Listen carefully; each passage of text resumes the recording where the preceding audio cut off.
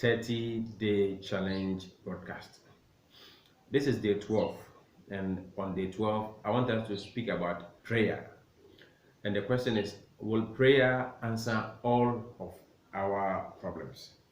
The answer is a big no. Prayer is just a means of communicating with your supreme being, with your God, with your maker, anyhow you call it.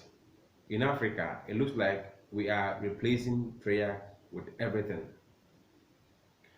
About 3 weeks ago, President Trump declared a national day of prayer. And then Ghana also declared a national day of prayer. Ours was prayer and fasting, which was observed on the 25th of March 2020. I fasted and I prayed. I was happy. At least I prayed for my country, Ghana. I prayed that my country, Ghana, will succeed. I pray that my country, Ghana, will win the fight against COVID-19. I prayed. I was so happy that I prayed. I know you also prayed. Churches prayed. Some churches prayed for the whole day. The Church of Pentecost prayed for the whole day. Its leaders were on radio and TV and then on social media to pray for the whole day. God bless the Church of Pentecost. God bless this country. God bless every church that partaked in the National Day of Prayer and Fasting.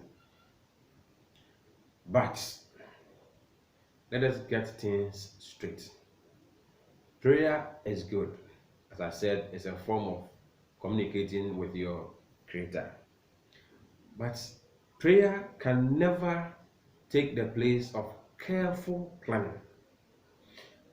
Ghanaians are not careful planners. We are not careful planners. We all watched TV and we saw what was going on in China, in Italy, in Spain, and a few other countries. We never planned to fight COVID-19. We prayed that COVID-19 should not enter the shores of Ghana. We prayed that no Ghanaian should ever get sick of COVID-19, or no Ghanaian will die of COVID-19. It's a good prayer, but prayer can never take the place of careful planning. Yes, most of us, instead of planning, we rather want to pray, but that is wrong. There's a time to pray and a time to plan. Number two, prayer will not take the place of thinking, of serious thinking. Yes, most countries are thinking. They are thinking about new farming methods, how to expand the economies. They are thinking about how to train the next generation of technicians. They are thinking about how to train the next generation of engineers, doctors, and service people. But we want to replace each of these things with prayer. Prayer will never take the place of organization. We are not really organized. As Ghanaians, we are not organized. The only time in our history where we are organized is when we are celebrating our independence anniversary. Every venue across the country is set up for the event on the day of independence. Every venue is well organized. Everything is put in place for our independence celebration. That is the only time that we are actually organized. Prayer will not take the place of capacity. A nation or a person must continuously develop the capacity that would help it weather dangerous storms. We do not even have the financial capacity to support our health sector. So as Ghanaians, we are going in for a World Bank loan, a quick facility. But mind you, Ghana is not the only entity that is in this mess of not organizing. Myself, I'm also a victim of not organizing. Yes. But let us use this occasion, this pandemic of COVID-19, as a test case. Let us begin to plan. Let us begin to develop the right capacity from today. A capacity that would help us weather every bad storm. Our health facilities do not have the necessary test kits. They do not even have enough test kits. We don't even have enough volunteers or even personnel prepared to attack or help fight COVID-19. Yes, and I don't blame any particular person or any particular government. That has been our story from creation. That has been our story from independence. We are not one, well organized. We are not well planning. Yes, we are not organizing well. We are not thinking. We are not really thinking. And then we are not developing the specific capacities that would help us. We are not developing the capacity to help us through situations. So let us get this straight. Prayer is good. Prayer is wonderful. Prayer makes you strong. It makes you connect with your maker.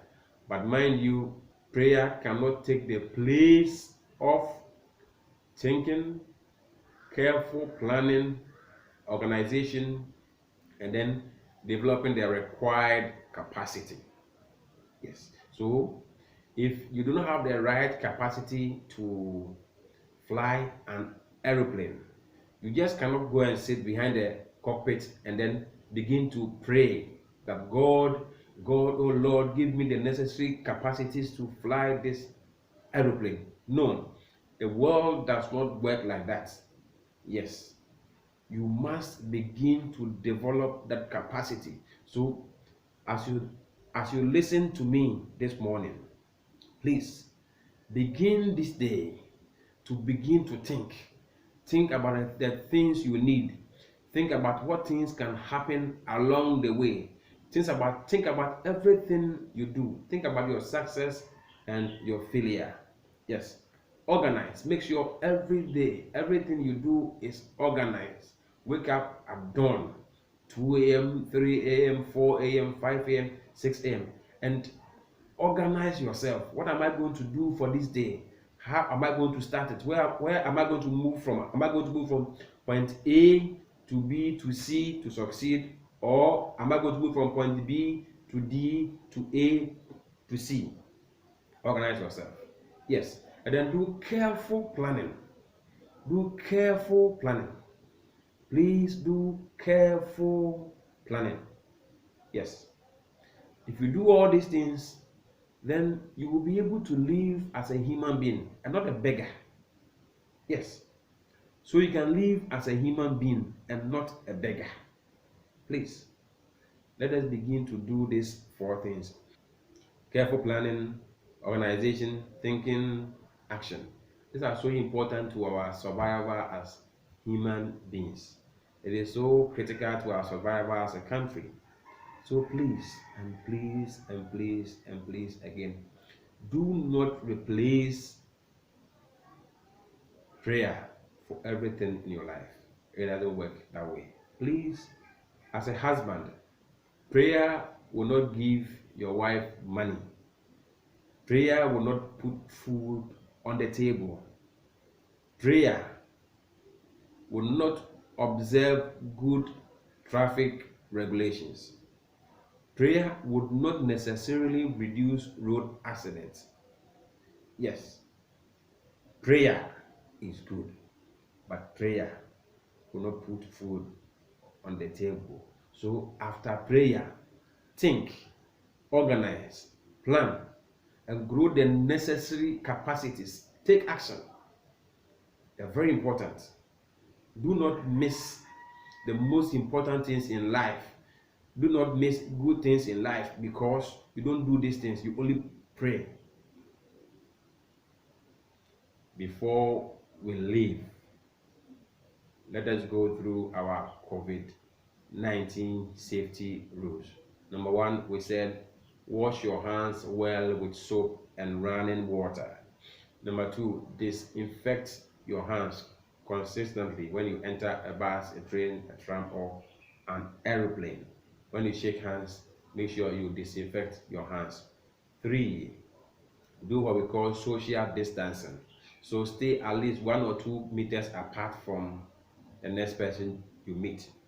Number 4, when you are experiencing symptoms of COVID-19, make sure you get medical help. Number 5, when you see anybody suffering from COVID-19 or showing symptoms of it, please call your health facility or call any health facility and let that person get the necessary help. Lastly, please, if you can afford it, if you can, stay at home. Until we meet again, aspire to become.